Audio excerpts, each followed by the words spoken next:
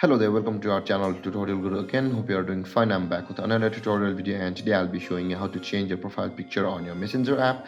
And now without further ado, let's dive right into the video. But before that, don't forget to like, subscribe and hit that bell icon for more videos. Now to change the profile photo on your Facebook Messenger, let's open up our Messenger app first.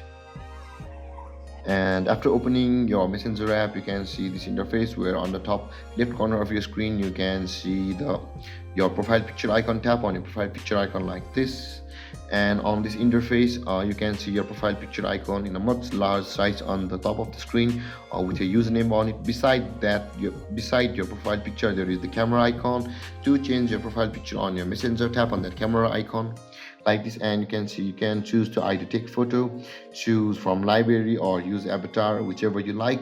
And for now we'll be choosing it from library, and let's go. And all these photos will be available to us on our gallery, and let's choose one. Let's choose this one, and you can see you can also select the photo portion over here. Let's tap on done, and after that tap on save profile picture to change the profile picture.